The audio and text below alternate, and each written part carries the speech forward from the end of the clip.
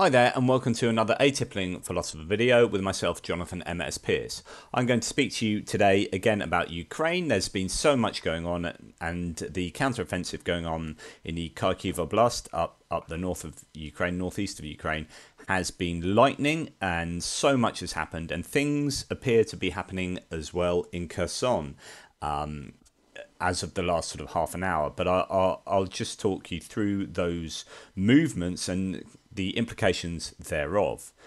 So the first thing to look at is the overall map here. We have a big blue section of the map that was red and is now blue, and that shows the sheer vast area of land that the Ukrainians have gained just in a matter of days. In fact, far more land than the Russians have gained in the last sort of 6 months or so, so they say.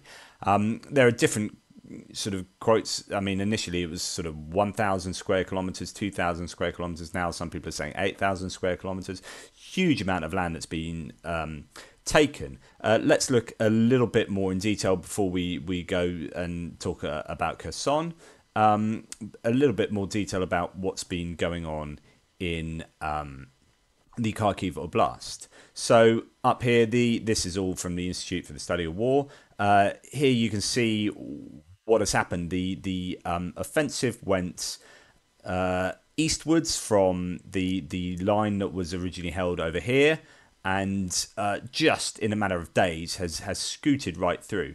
And as I said in previous videos, this is partly because the Ukrainians have done a really clever thing and said, hey, there's going to be a counterattack down in Kherson. So the Russians moved loads of their troops from along these lines and armaments and shoved them in Kherson. And then the Ukrainians blew up the bridges and trapped them there, which then meant that they were pretty weak in a lot of places. And the Ukrainians have now admitted that this was a feint, this was intended, and that they had amassed forces to deliver another counter-offensive in the Kharkiv area.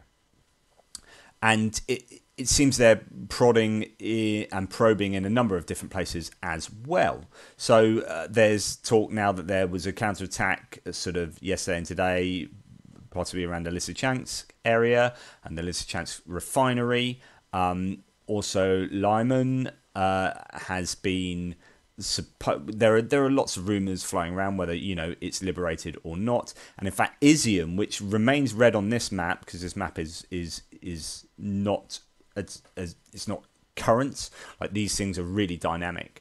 There is now talk that Izium has fallen. If I find the right one, I can show you a little bit of. So there are supposedly sort of flags being raised on buildings, Ukrainian flags being raised on buildings in Izium, suggesting that Izium has fallen. Now, if we go back to here's the map that I showed you. Remember, so this was the line, the front line, and Ukrainians took initially Balaklia really quickly, and the Russians had to scoot out of the side of Balaklia, and they left loads of armaments there, loads of munitions and equipment. The same seems to be happening in Izium, and actually it's quite difficult terrain to get out of here. So you've got rivers, although they're not as high as they should be, and they have been fordable. There are wetlands and forests, and it is not the easiest terrain to escape from in this area. So what's happened is the Russians have left a massive amount of equipment here. And as I was explaining, the reason why the Ukrainians have been able to scoot through so quickly and take so much territory here is that the Russians were equipping their lines here with the LNR and DNR sort of militia-type forces who are poorly trained with low morale, and also military police who don't even have anti-tank weapons, literally military police. And so once the Ukrainians broke through the front lines, there weren't what are called sometimes tiered sort of defences going on. There wasn't a second defensive position they could run back to. There was literally just nothing behind. So what this has meant is that Ukrainians have not suffered they've hardly suffered any casualties at all, because once they broke through these lines, there was no fighting withdrawal. There was just fleeing Russians who ran away, left their equipment, and the Ukrainians just literally walked through. They're going through so many of these towns, just driving into them, and there's no Russian defense there at all. And they've been met on the roadsides with sort of loads of local Ukrainians being super happy that the Ukrainian army have basically waltzed in there. And so this has been lightning, because there has been absolutely no defense at all. There's been nothing to stop the Ukrainians from really advancing very quickly. And so now they're pretty much at this river, the Yuzkil River, and that's broadly where they're at the moment. And just to show you the importance of this area, here's a map that shows some of the railroads, or shows the railroads in the area. And Kupiansk, which was north of Izium, I talked about how Izium was a real logistics hub. Well, actually, Kupiansk is the step behind that, and you can see how important that is for supplying all of this sort of northern area of Ukraine, northeastern area of Ukraine. And you take out Kupiansk, you take out all of these rail lines, which then supply some of the sort of Donetsk and Luhansk eventually, areas. So you take that out, and the Russians now have to go much further to the east and come down these alternative railroads, because they're very much a railroad army, Russians, and that was part of the problem initially, is that they really trained in supporting their army not with trucks but with railroads. So as soon as the Ukrainians blew up a few railroads, this is initially at the beginning of the war, Russia didn't have the trucks to deal with it, and the trucks were very poorly maintained. They only had like 4,000 trucks instead of the Americans' equivalent 100,000 trucks. 4,000 trucks to do a monumental job, and they were very poorly maintained, and their tires were bursting. The rubber was sort of case hardened or whatever from being kept outside, not being looked after, and the trucks weren't up for the job. So there were massive logistical problems in the initial parts of the war. But they are very much a railroad army, so they depend on the railway network to support their troops, and then from the railways they then support the troops on a much smaller scale, thereafter. But so if the Ukrainians can take out the rail networks and the rail logistics, then Russia is in a lot of trouble. And this is, what they've done in taking Kupiansk and Izium, is they've taken out all of this rail network, and they'll be putting under pressure with HIMARS and long-range weaponry these other rail hubs. So anyway, that tells you what's going on there. So here you can see a little sort of gif of what's going on, and the amount of land that they have taken. It's pretty staggering to see that taking place. So there you go. They've taken all this area, and what's really interesting is that they have been taking a huge amount of artillery, a huge amount of equipment, and something that's worth noting is something I'll just find in a second. So here it is. The thing I want to show you was Ukraine Weapons Tracker, which is, if you're going to follow, there are so many great Twitter handles to follow. Ukraine Weapons Tracker is an absolute must, as well as Oryx, who are sort of counting up all of the hardware losses on both sides, but really showing the extent of the damage that is being done, and this is pure open source intelligence going on. And in fact, Ukraine Weapons Tracker and Oryx are pretty famous now for doing that. Now, this is what, bear in mind, this is from 2 days ago, right? This is how quick the Ukrainians were at getting behind the Russian lines. This says, look, some of the most valuable captures so far during the Ukrainian offensive in Kharkiv, a Russian 9A331 TLAR of the 9K 331 Tor M1 SAM system. So this is a surface-to-air missile. It was captured in the eastern part of Balaklia, as well as a fully loaded 122mm BM-21 Grad MRL. So that's a multiple rocket launcher. Now, what you've got here is a radar system as well, and this is what you are behind enemy lines when you are capturing radar systems that should be well back from the front lines. Radar systems for defensive capabilities to stop enemy air attacking you. So you've got rocket launchers that hang out sort of far behind enemy lines. You've got radar systems and air defense systems, and they are the things that are being captured by the Ukrainians. Now, what is really important to note here is that every single week and every month of this conflict, the Ukrainian army is getting better and better equipped. It is getting upgraded consistently by NATO and its allies. And here's the thing. Every single week and every single month of this campaign, the Russian army is getting degraded. There's such a degradation of their forces, both in terms of troops. They've lost possibly 50,000 dead, which means well over 100,000. Certainly, I think NATO are conservatively admitting 80,000 wounded or dead. So people are out of the conflict for the time being, but possibly far more than that. Huge amounts of troops are now out, and the amount of weaponry, ammunition, and armaments and equipment and vehicles just decimated or captured. There's a theory that Ukraine has more tanks now than it started with because they captured so many, and what this means is that Russia are in a far worse position now in terms of equipment than they were before. So and Ukraine are just gaining and gaining. So what are Russia's long-term options here? How are people like Putin evaluating the conflict given the continual degradation of their forces? It's that is the thing that really sums up the whole of this war, is that the Ukrainians are being consistently upgraded, Russians are being consistently downgraded, degraded. And that's that. There's this, before the war, the Russian army was claimed to be the second greatest army in the world. Now it's the second greatest army in Ukraine. That's got to tell you something.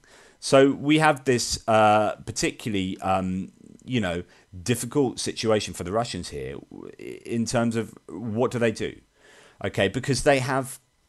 And I talked about this partly in the last video, but they now are still fighting. Bakhmut down here is an area where they are making slow advances, right? Doing the typical Soviet style of fighting, which is bombing the hell out of places and walking in slowly afterwards. But they're putting in all this effort, and yet they know that up north they are being absolutely done over. So what do? Do they take their forces away from these regions that are being intensely fought over to support the northern front line?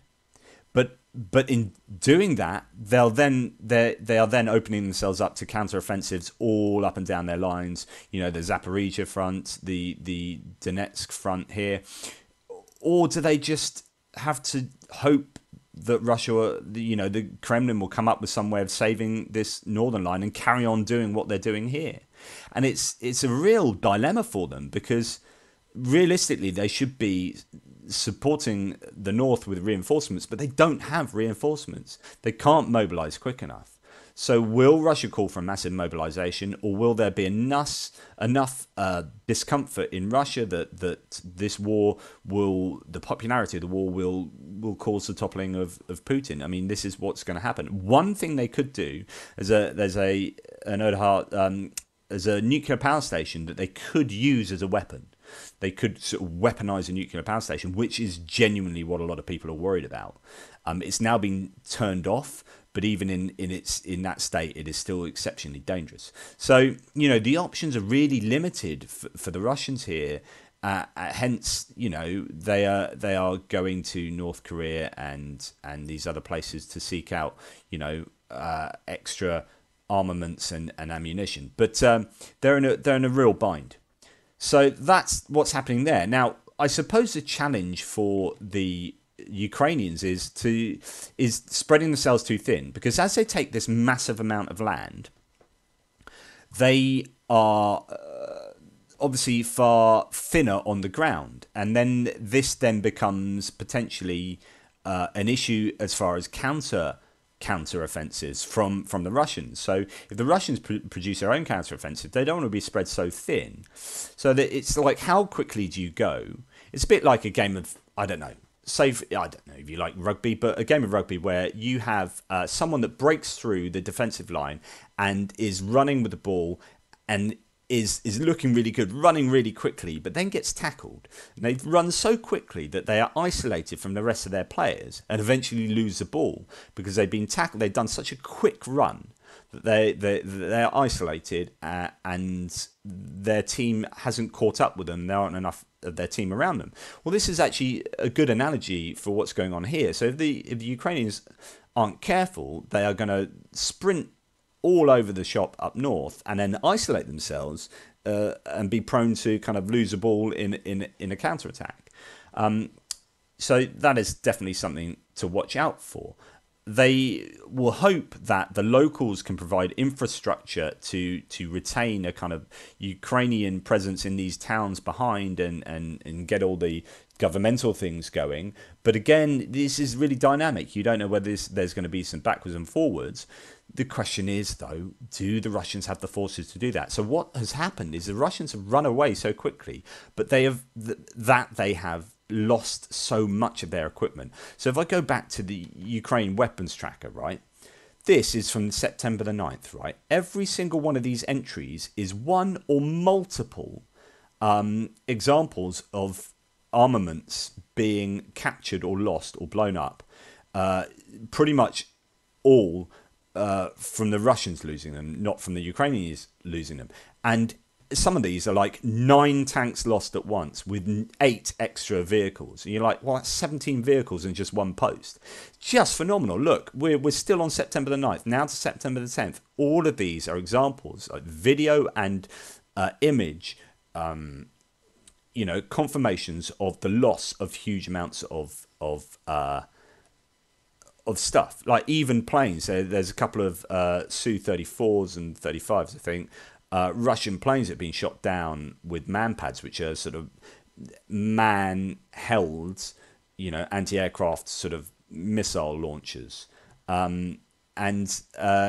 Just it's devastating. All of this is you've got self-propelled howitzers. These are shoot and scoot, movable, like artillery. That they're just losing hand over fist. So it just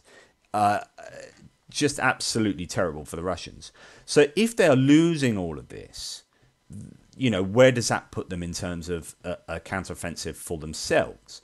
But there is one thing, which is actually there's a lot of POWs who've been captured, but actually a lot of the Russians have escaped. And this is kind of like, sometimes you think, oh, it's just such a shame that the Ukrainians couldn't capture more POWs. But then you think, well, the more POWs they capture, the more bogged down they get in processing those people and sorting them out. And that takes a lot of effort and manpower themselves. So in some senses, you're like, they should capture more POWs because that takes those people out of the conflict. But on the other hand, that will slow their advance down. And they need this advance to be quick so that Russians are caught with their pants down, not being able to do anything about it. So lots to consider there. You've also got Luhansk governor, Serhiy Haidai, who's cock-a-hoop at the progress the army is making locally.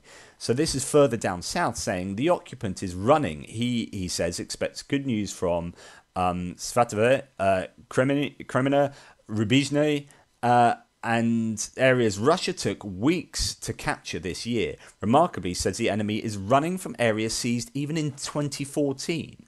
So this is worth going back to the big view, the zoomed out view here. So you've got areas that the Ukrainians appear to be, and again, is that propaganda?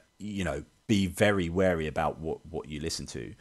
But the point is that you look at Severodonetsk here, which the Russians took weeks to take, and the Ukrainians held out there and did this very slow withdrawal. But it was all about attriting the enemy. So it's about causing as much attritional damage to the Russians as possible. So they gave up their territory, inch by inch, or meter by meter and kilometer by kilometer.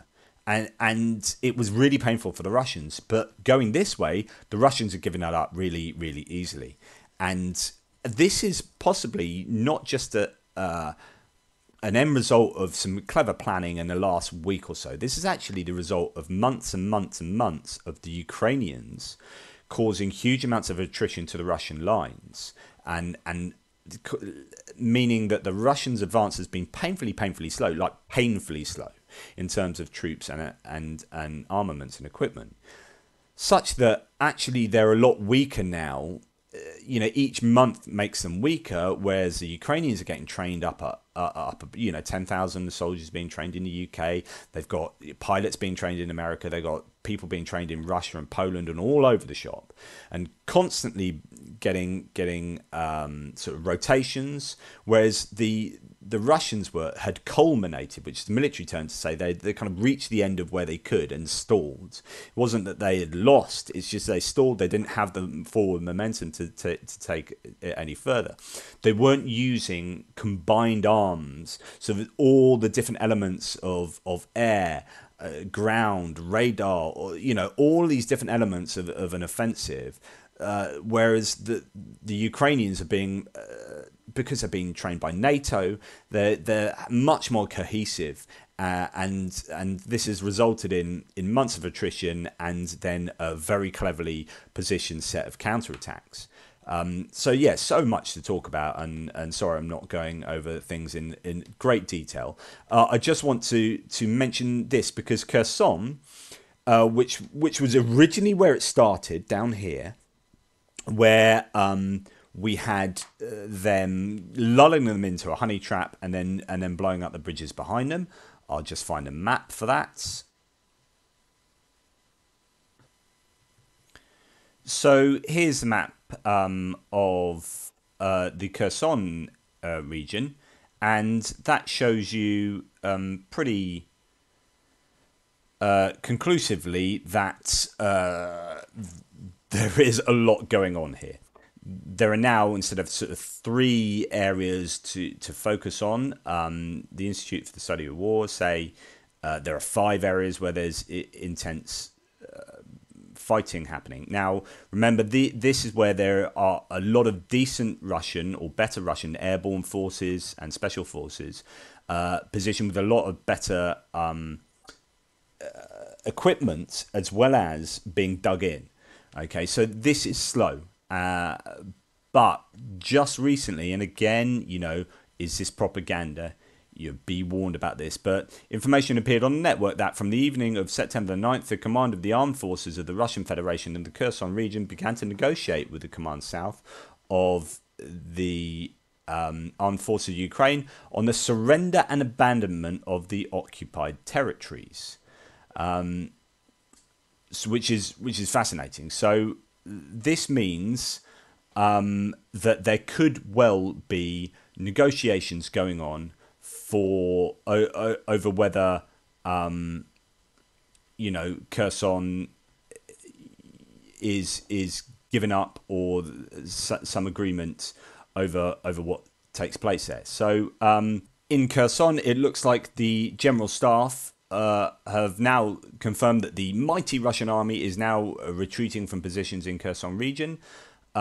So, those details are literally just coming in. That was an hour ago. And again, on different sort of Twitter sources, in the Kherson region, the occupieds retreat from their positions in some settlements. So could this be as a result of doing some negotiations? Is that an orderly retreat? Is that giving up land? Who's to know, at the moment. But things are happening in Kherson that indicate that, there might be a little bit more movement than there has been over the last couple of days, which has been slow and causing quite a lot of pain for both sides. All the while, there are still partisan activities taking place. Kherson there, and you see over on this map, so Melitopol and other areas around have partisan activity, which is obviously very painful for the Russians. It's just, it's difficult to see where the Russians go here. It's difficult to see what Putin can do, short of, as I said before, tactical nukes, which will cause NATO to get involved, I'm pretty sure, and spell the end of the world, or certainly, it would be a crazy sort of move for the Russians to do, or mass mobilization, which could cause the end of Putin's rule. I don't know, or maybe not. Maybe there will be enough goodwill in Russia to support a mass mobilization, a national mobilization. But that's all that can really help now, because Ukraine have a massive number of people who are willing to fight. In fact, they've closed down recruitment for women at the moment into the armed forces. They just said, there literally isn't the need. We've got enough, and they are turning people away. There was some people who have been, this has long been the case where that if you go up and say, look, I want to join the army, take me on. And they say, no, you're really far down the list at the moment. We've got plenty of people above you, which means to say that they're doing fine for recruitment. They don't have a problem with the number of people. It's really just getting the equipment for those people, to use is the problem, and the training. But so, Ukraine also don't want to give up their country. So Ukraine are going to win this in some way.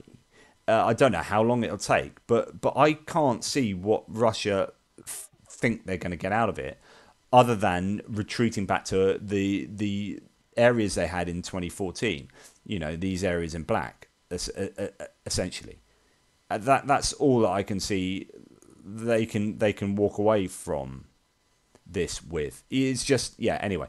So that's what's happening. Bit of a lightning counter-offensive. It'll be interesting to see where that goes and how far to the west that goes, and whether there will be movements in these other places, in Kherson and in Lyman and Lysychansk, and what will happen with Izium. Izium looks like it has been liberated, and how much equipment will be in Izium. I mean, already Ukraine Weapons Tracker is giving us a massive roster of the equipment that has been left behind in the outskirts of Izium. So once that is fully liberated, that the Russians will have lost that, and of course, if it's usable, it goes to the Ukrainian side, and that is more equipment for them. So the Russians' loss is Ukrainians' gain.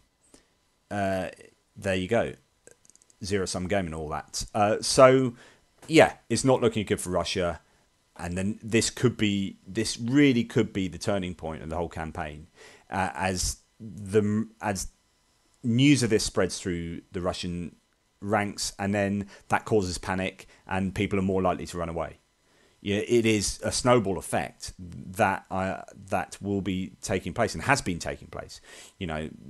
There has been very little defense that the Russians have put up. Anyway, thanks for bearing with me. Thanks for listening to this. It's Stream of Consciousness, but it's kind of what's been going on. It's my take on it. There are so many great sources online, open source intelligence sources, that will say pretty similar things to this. And obviously there will be, Russian bots coming onto these platforms and saying, you don't know what you're talking about. The proof of the pudding's in the eating, and the eating is looking at the data. And I'm just trying to find you a useful bit of data, which is Kupiansk offensive update. And this was from this morning, right? So this is out of date now. Absolutely devastating day for the enemy, and this is what Oryx has counted. 72 pieces of equipment lost compared to just 2 for Ukraine. That makes a 6-day total, so the last 6 days. And again, this is, 14 hours out of date. The total of 236 Russian pieces lost compared to just 15 for Ukraine. Russian soldiers were still in full retreat and abandoning their equipment. UAF, so the Ukrainian forces, captured 42 pieces of equipment, including 16 infantry fighting vehicles, 7 tanks, 5 self-propelled howitzers, 4 Grad multiple multiple rocket launchers, and that brings the 4-day total then to 127. It's just like just insane. Like, the numbers are insane. Russia in trouble, Ukrainian doing really well. Anyway, thanks for everything. If you want to give thanks, you can give thanks below, and you can donate if you are able to the channel. That would help me continue to do what I'm doing. But thanks for watching. Please like, subscribe, and share, and all that stuff. Toodle pips.